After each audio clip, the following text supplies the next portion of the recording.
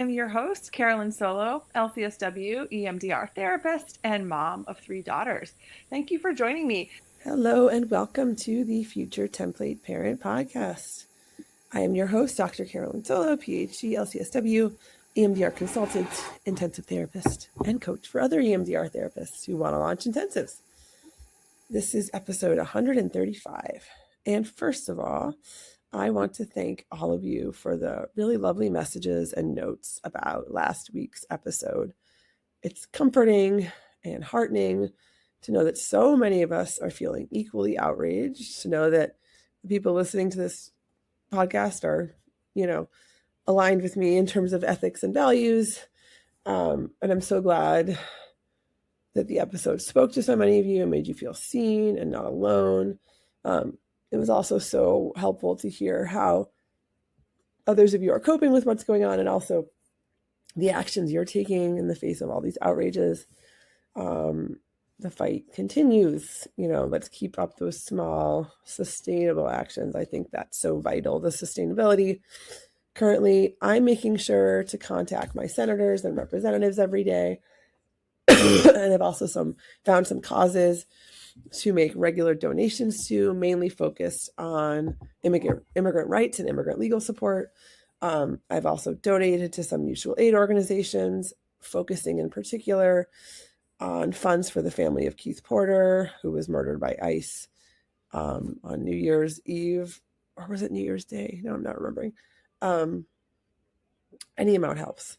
It is harder for me to protest having 3 young kiddos at home, but I did participate in the general strike on Friday, January 30th.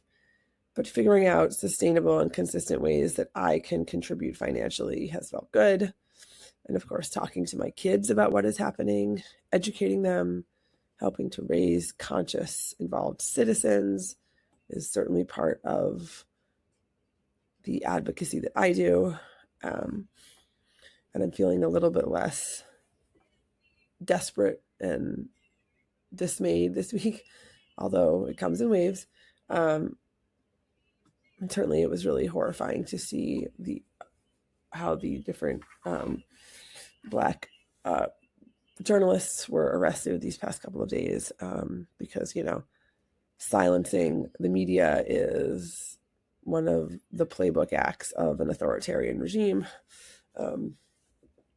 So that was really horrible to see, but unfortunately not surprising. So just a little update from last week, just kind of reflecting back on what I've been thinking about this week. But a little bit back to more business as usual today. I want to talk a bit about another treatment planning approach that can work well for intensives, that's more focused on negative cognitions, the idea of the red thread. I cannot claim this idea as my own, but it's pretty clear-cut and straightforward and is an excellent alternative to treatment planning for an intensive. If using RTEP doesn't feel quite right, or if you're just interested in another approach. Neither one is better than the other, but I talk so much about using RTEP that I thought it would be worth talking about another approach that I sometimes use. So I credit Dr. Kendall Hart, an EMDR consultant and trainer, and an IFS level 3, which I believe is the highest level, certified therapist and IFS trainer. Not sure what the equivalent term is in the IFS world, but this is where I first read this idea of the red thread approach to treatment planning. And the red thread is an analogy that Dr. Hart uses to talk about treatment planning, and it's based on using negative cognitions to identify targets and create a treatment plan. I just have to put it out there. I have been dealing with a cold for, a month, and I'm still coughing. So I have a cup of tea with me, which is hopefully going to keep the coughs at bay a little bit, but some of them are breaking through. So my apologies. Just took a nice sip of tea there. Tea with honey. So Dr. Hart suggests using the red thread approach during phase 1, treatment planning, history taking. As you are engaging in history taking, and my intensive client workbook provides a framework for history taking in a comprehensive yet efficient way when you are preparing both yourself and a client for an intensive, you're going to start to identify core negative cognitions during the history taking process. Both you and the client are going to, you're going to, as an experienced EMDR therapist, your ear is primed to hear those negative cognitions, even if the client isn't saying them. So let me stop kind of talking around this idea of what the red thread is and give you the details about what it actually is and how to use it in treatment planning for an intensive.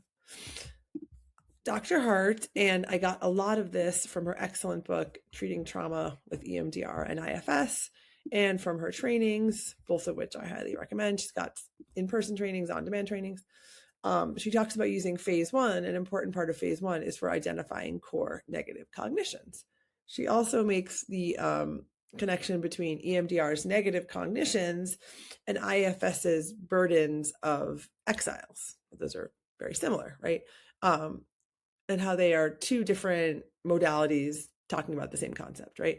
And to review, in IFS, the exiles are those very young parts that are sort of trapped in trauma time, that hold the fear and horror and memories of the traumas they have suffered. And the burdens of exiles are also the core traumas that have informed and solidified those negative cognitions that have been part of our clients' stories for so long. And you yourself are experienced with, like I said, sort of listening for those, grabbing onto them as you identify them during treatment planning and during phase one.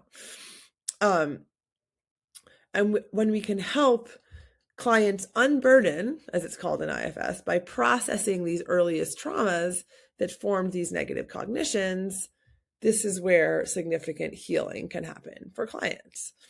And when we help clients process these memories, right? And Hart emphasizes that when we process the memories that have influenced the development of these negative cognitions, we can help clients detach from what she calls the moral meaning that clients attach to these events.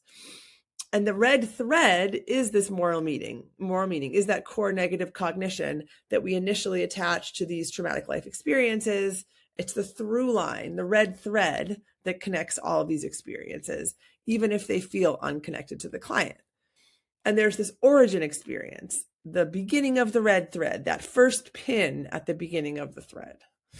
And every experience that the client floats back to, that the client connects their initial presenting issue and symptoms to, anything that has that same negative cognition attached to it, the same emotions and body sensations, these are all pins on that red thread. And the negative cognition connects them. And again, in my workbook, the section on negative cognitions has that piece to it which says, like, when do you first remember learning this to be true about yourself, right? When do you first remember this core negative cognition being true about yourself? And of course, what we're helping them get to is not believing this to be true about themselves. But the important thing that we're trying to get to is, when you think of this experience that we're using to start with, like that entry point into that cognition, this negative cognition feels true when you think of that experience. Let's notice that cognition, the body sensations, the emotions, and let's float back to the earliest time that you can remember learning this, right? And that's kind of that core initial memory. So, what is an example of using this? So perhaps you have a client presenting at an intake, maybe for an intensive, maybe not necessarily initially, but as you know, if you listen to the podcast, just grabbing my heater here, I'm always encouraging you to think of how any client who presents in your office might be well suited to an intensive, right? To always be thinking along those lines if it's important for you to have this intensive focused practice. And if you want to listen to episodes that talk some about how to know if a client is a good fit for an intensive, I recommend episodes 27, 105, and 110 for more on this. And I certainly mention it in other episodes as well, but those 3 episodes talk about it more specifically. Anyway, let's say you have a client presenting for an intake because they have a fear of flying and they have a trip coming up and they need to be able to fly. Great. What a good fit for an intensive, right? That's a really concrete theme to attach onto. Perhaps this client had an experience on a flight where there was a lot of turbulence and they were very frightened. Or maybe not, right? Maybe they have been afraid of flying for as long as they can remember and they don't know why. They don't really know why. So they book their intake session for the intensive. And during the intake, that 90-minute intake that I always do with clients after the 30-minute consult, it's the 90-minute intake is the first paid component of the intensive. I also have episodes that talk all about what I do during the intake process. As you're going through the workbook with them, because that's part of what I recommend doing during the intake, is not doing the workbook during the intake, but walking them through it so that they know what to do. And also so you can start tuning your ear for what you think the treatment planning process should look like, what you're already sort of like marking for yourself, potential places where things could get stuck, right? All that stuff happens during the intake. As you're going through the workbook, you're getting some history on earlier life stuff. You might start to hone in with this client on two primary negative cognitions. I'm not safe and I'm not in control, right? That certainly connects to a fear of flying, right? I don't feel safe in this plane. And one of the reasons I don't feel safe is I'm not in control, right? Anything could happen that I have no control over. You're going to start floating back with this client, starting with these cognitions, and maybe even with the experience of flying, if they have some experiences. Hey, and maybe they don't. Maybe you're dealing with someone who's never gotten on a plane, right? Either way, start with whatever is bringing them to you. Maybe it's the fear and anxiety about that upcoming trip. Maybe that's the thing, right? And they have those core negative cognitions of I'm not safe and I'm not in control. Float back from there. The body sensations, the emotions, the cognitions. Connect with the cognitions and use that in the float back. Use that amazing question. When did you first learn that to be true? What are some other moments and experiences that feel similar?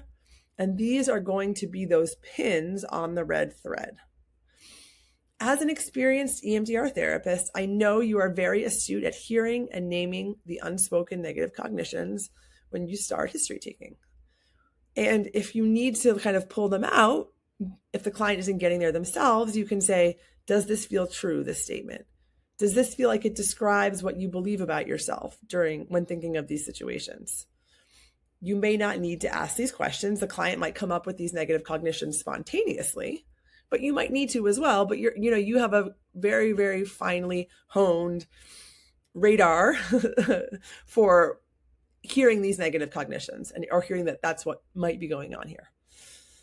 And the workbook, like I've said, has a whole section on negative cognitions, picking up the ones that seem most relevant and helping the client reflect on experiences that seem to have laid the foundation for these cognitions.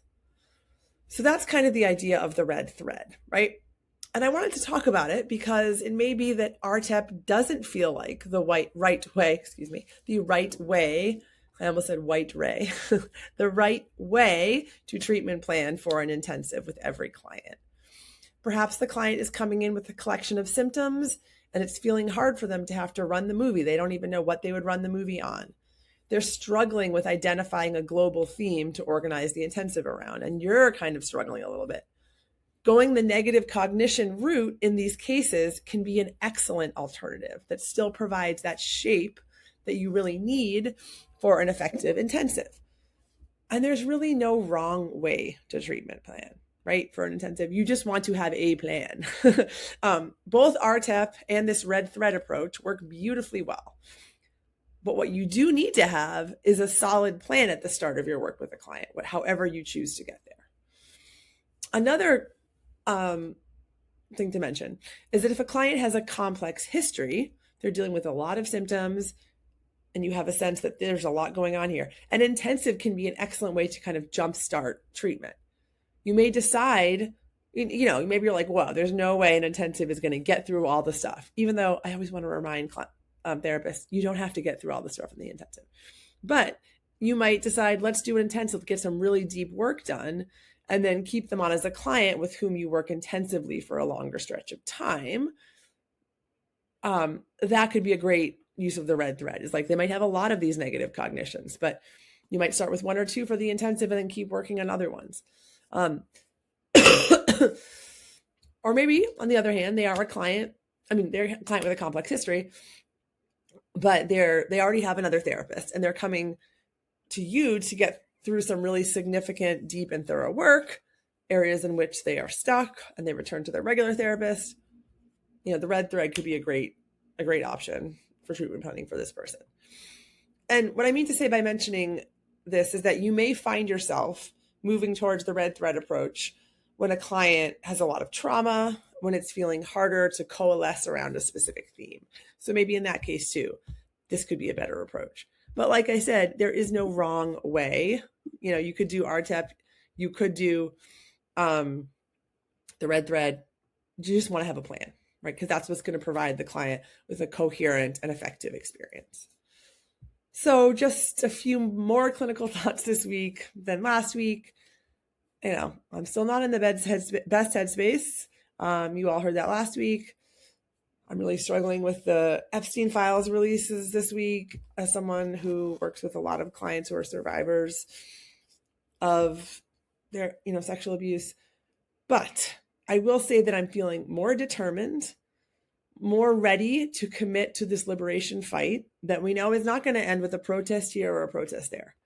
We know we are on the side of goodness and justice, but we have to keep doing our part, right? Especially my fellow white women out there, we have a history and present of doing so much harm, or of like virtue signaling with a couple token actions here and there. And then when we decide we're comfortable again, just disappearing. So we especially need to keep doing our part. Thinking of you all, sending love, keep doing the amazing work that I know you're all doing that changes lives. And I will talk to you all next week. Take good care.